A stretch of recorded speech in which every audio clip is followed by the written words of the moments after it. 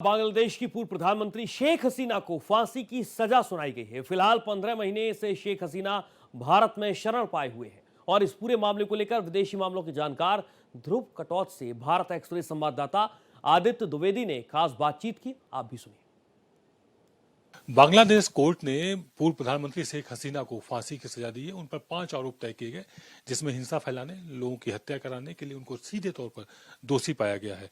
अब क्या कुछ होगा, इसको लेकर के हमारे साथ विदेशी मामलों के जानकार ध्रुव कटोक जी हैं। सर, हम आपसे समझना चाहेंगे कि ये जो निर्णय बांग्लादेश कोर्ट ने दिया है, इसको लेकर के अब भारत की अपनी क्या रणनीति रहेगी और बांग्लादेश किस तरह का दबाव बना सकता है भारत पर? देखिए, सबसे पहले ये जो बांग्लादेश के कोर्ट ने फैसला दिया है, ये एक पॉलिटिकल फैसला है। जिस प्रकार से चार्जेस लगाए गए थे शेख हसीना के ऊपर, वो उसमें तो कोई दम ही नहीं है।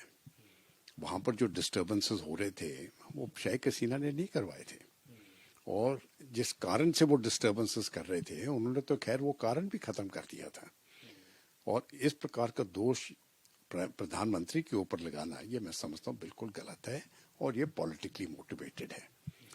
एक तो बात ये होगी। दूसरी बात ये है, अब शुरू से ही बांग्लादेश ने रिक्वेस्ट की थी कि शेख हसीना को वापस भेज दिया जाए और भारत ने नहीं भेजा है।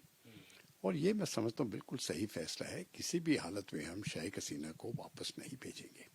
वापस भेजेंगे तो वो उस हालत पर होगा जब शेख हसीना खुद जाना चाहती है।